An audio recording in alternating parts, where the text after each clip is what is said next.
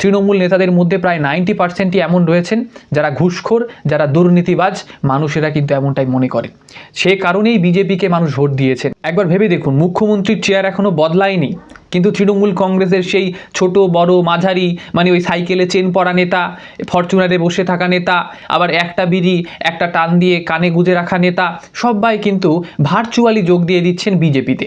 এবার বিজেপিকেও তাই আসরে নামতে হলো, বলতে হলো যে আমাদের পার্টি ওই এরা পার্টি নয় যে ক্ষমতায় এসছে বলেই আপনাদেরকে গ্রহণ করবে।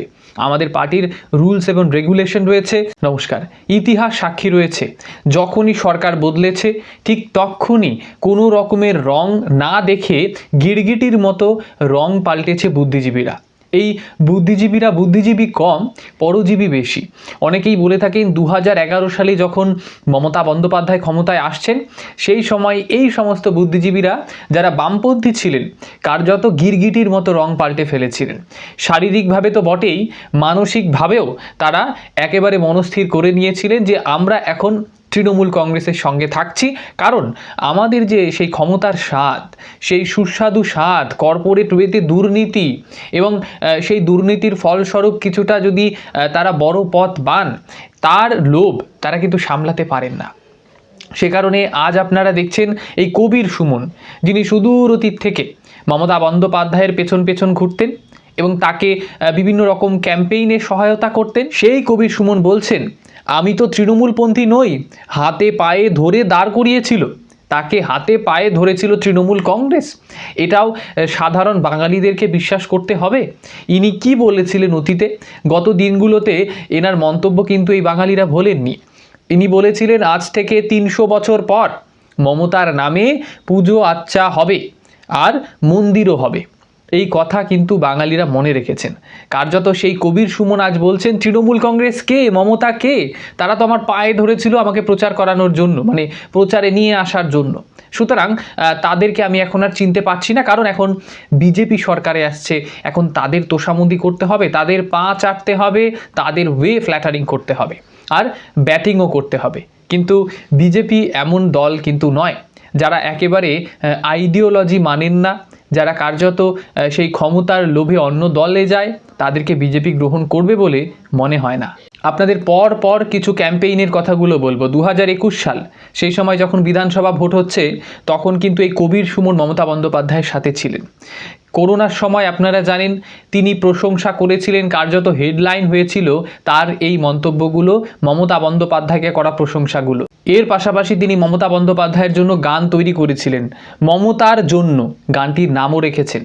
তো এই সমস্ত বুদ্ধিজীবী যারা দিনের পর দিন রং পাল্টে চলেছে এবং বাম থেকে তৃণমূল থেকে এখন বিজেপিতে আসার পরিকল্পনা, এই সবটা কিন্তু পশ্চিমবঙ্গের রাজনীতিতে নতুন কিছু নয়। আরও একজন রয়েছেন যাকে তৃণমূল কংগ্রেসের দালাল বলা হয়ে থাকে, সেই শ্রীজাত বন্দ্যোপাধ্যায়। তিনি একটি কবিতা লিখেছিলেন অভিশাপ। আপনারা জানেন ইলেকশনের আগে কিছু নিউজ চ্যানেলে, নিউজ পোর্টালে দেখানো হচ্ছিল এনাকে গ্রেপ্তার করা হতে পারে। ইলেকশন কমিশন এনার নামে সেই এফআইআর দায়ের করেছে। কেন? কারণ ইনি একটা কবিতা লিখেছেন যেটা কার্যত দাঙ্গাময় পরিস্থিতি তৈরি করতে পারে। এই কবিতায় তিনি লিখেছিলেন, সময়ে ওষুধ নইলে বেড়ে যায় সব রকম রোগী, ভিক পেতে পেতে তুমি রাজা হয়ে ওঠো গেও যোগী। লাস্টের 2 লাইনে কি বলছেন? উনি লিখেছেন, আমাকে ধর্ষণ করবে যতদিন কবর থেকে তুলে, কন্ডম পরানো থাকবে তোমার ওই ধর্মের ত্রিশূলে। এই হচ্ছে শ্রীজাত বন্দ্যোপাধ্যায়ের কবিতা। এই সমস্ত বুদ্ধিজীবীরা পশ্চিমবঙ্গে দাঁড়িয়ে দল পাল্টাবে না, এটা আপনারা ভাবলেন কি করে? এনারা গিরগিটির চেয়ে কম কিছু নয়। এই কবিতাতে তিনি যোগীকে অপমান করেছেন, হিন্দু ধর্মকে অপমান করেছেন। ত্রিশূল, এই শিবলিঙ্গ নিয়ে কি মন্তব্য করেছিল সেই সায়নী ঘোষ আপনারা জানেন। কেন বারংবার এই হিন্দু ধর্মকে টার্গেট করা হয়, সফট টার্গেট করা হয় কেন?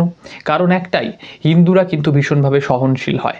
এই আজকে যদি তৃণমূল কংগ্রেস 200-র বেশি আসন নিয়ে ক্ষমতায় আসতো, কি পরিস্থিতি হতে পারতো আপনারা জানেন। সমস্ত রকমের অরাজকতা তারা তৈরি করতেন এবং বিজেপি যা আজকে করছে তার থেকে 10 গুণ বেশি হয়তো কিছু করতেন।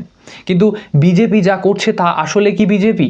অনেকেই বলছেন বিজেপি যে রকমের একটা পরিস্থিতি তৈরি করেছেন, চারিদিকে চেয়ার টেবিল ভাঙচুর হচ্ছে, ছবিগুলোকে ভেঙে ফেলা হচ্ছে, পার্টি অফিসে আগুন দিয়ে দেওয়া হচ্ছে, সবটা তো অভিযোগ উঠছে। কিন্তু এনারা তৃণমূল কংগ্রেসের নেতা নয়, তৃণমূল কংগ্রেসের কর্মী নয়, কে এনশিওর করবে? এখন দেখা যাচ্ছে ভার্চুয়ালি দলবদল চলছে কার্যত। একবার ভেবে দেখুন, মুখ্যমন্ত্রীর চেয়ার এখনো বদলায়নি, কিন্তু তৃণমূল কংগ্রেসের সেই ছোট বড় মাঝারি, মানে ওই সাইকেলে চেন পরা নেতা, ফরচুনারে বসে থাকা নেতা, আবার একটা বিড়ি একটা টান দিয়ে কানে গুজে রাখা নেতা, সবাই কিন্তু ভার্চুয়ালি যোগ দিয়ে দিচ্ছেন বিজেপিতে। এবার বিজেপিকেও তাই আসরে নামতে হলো, বলতে হলো যে আমাদের পার্টি ওই এরা পার্টি নয় যে ক্ষমতায় এসছে বলেই আপনাদেরকে গ্রহণ করবে। আমাদের পার্টির রুলস এবং রেগুলেশন রয়েছে, কার্যত নাম নথিভুক্ত করি আমরা, এবং সেটা কার্যত অর্ডার্ড ওয়েতে হয়ে থাকে। আর পুলিশ নিয়ে যত কম মন্তব্য করা যায় ততটাই ভালো।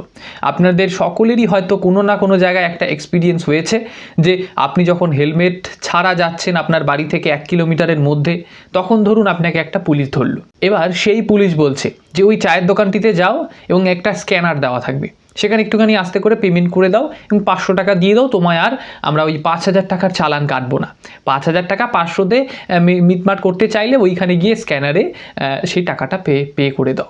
আর এটা আমার ব্যক্তিগত বাস্তব অভিজ্ঞতা আপনাকে বলছি। সুতরাং আপনাদের সঙ্গেও তেমনটা হতে পারে।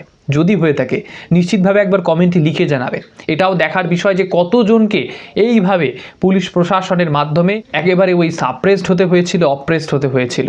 আর এই তৃণমূল কংগ্রেসের কর্মী নেতারা যারা সঙ্গে সঙ্গে তাদের গিরগিটির মতো রং বদলাচ্ছে, বিজেপিতে জয়েন করার চেষ্টা করছেন, আমি বলবো তাদেরকে বিজেপিতে গ্রহণ না করতে।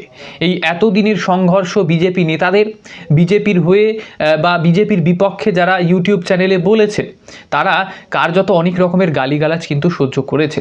কিন্তু আপনাদের ভুলে গেলে চলবে না, এই ধরুন আমার নিজের একটা ইউটিউব চ্যানেল যেটা আপনি দেখছেন, সেইখানে কিন্তু আমাদেরও কম মন্তব্য শুনতে হয়নি। আমি ব্যক্তিগতভাবে আপনাদের বলছি, এই কমেন্ট বক্সে কিছু কমেন্ট আপনাদের পড়ে শোনাই, ভুরি ভুরি কমেন্ট রয়েছে। আপনি ভিডিওগুলোতে কমেন্ট বক্সে গিয়ে কিন্তু চেক করতে পারেন। একটা কমেন্টে লিখেছেন একজন যে তুমি পাগল, আরেকজন লিখেছেন ওরে শান্তির ছেলে বিজেপির দালাল, আরেকজন বলছেন আরএসএস তোমার মাথায় গরুর গোবর ভরে দিয়েছে, 200-র বেশি তৃণমূলের আসন হতে চলেছে। এইভাবে তারা কার্যত বলেছিলেন ভোটের আগে। এখন তারা গর্তে লুকিয়েছেন, কার্যত ভার্চুয়ালি দল বদলাচ্ছেন।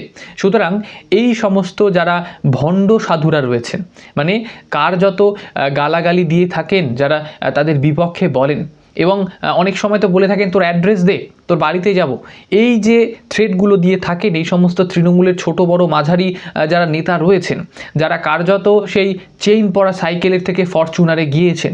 এটাতেও আপনাদের কাছে একটা ব্যক্তিগত অভিজ্ঞতার কথা বলছি। যখন আমি কলেজে পড়ছি সেই সময় দাঁড়িয়ে ইউনিয়ন রয়েছে, সেই ইউনিয়নের যারা দাদারা রয়েছেন, সেই দাদাবাবু প্রথমে ঘুরতো স্কুটারে, তারপরে একটা স্করপিও হলো, তাও আবার কালো রঙের, আবার এখন দেখছি একটা রেস্টুরেন্ট খুলেছেন। সুতরাং এনারা কিন্তু প্রচুর পরিমাণে দুর্নীতি করেছে, আর কলেজে দাঁড়িয়ে দাদাগিরি করেছে, আর কিচ্ছু করেননি, স্টুডেন্টদের জন্যও কিচ্ছু করেননি।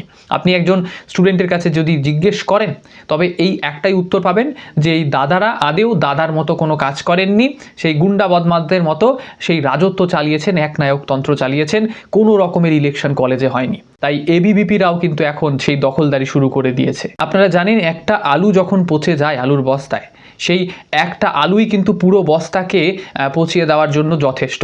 সুতরাং বিজেপিকে এটা মনে রাখতে হবে যে আপনারা কাকে নিচ্ছেন, কাকে দলে নিচ্ছেন। সেই নেতাকে নিচ্ছেন যিনি সিপিআইএম থেকে, কংগ্রেস থেকে কার্যত বিজেপিতে আসছেন, তৃণমূল থেকে বিজেপিতে আসছেন, যাদের কোনো আইডিওলজি নেই, যারা কার্যত যদি বিধায়ক হয়ে যান এক মুহূর্তও ভাববে না স্বার্থ যদি থাকে তবে অন্য দলে যেতে। এই সমস্ত নেতাদেরকে নেওয়ার আগে বিজেপিকে অনেকবার ভাবা উচিত। তৃণমূল নেতাদের মধ্যে প্রায় 90%ই এমন রয়েছেন যারা ঘুষখোর, যারা দুর্নীতিবাজ। মানুষেরা কিন্তু এমনটাই মনে করে, এই নেতাদের দাদাগিরি ঘোচাবে বলেই ভোট দিয়েছে মানুষ। আর তাদেরই আপনারা যখন দলে নিচ্ছেন, তখন মানুষকে পুনর্বিবেচনা করতে হবে যে মানুষ কাকে ভোট দিয়েছে। আপনাদের এই বিষয়ে কি মতামত রয়েছে নিশ্চিতভাবে কমেন্ট বক্সে লিখে জানাবেন। আপাতত অসংখ্য ধন্যবাদ।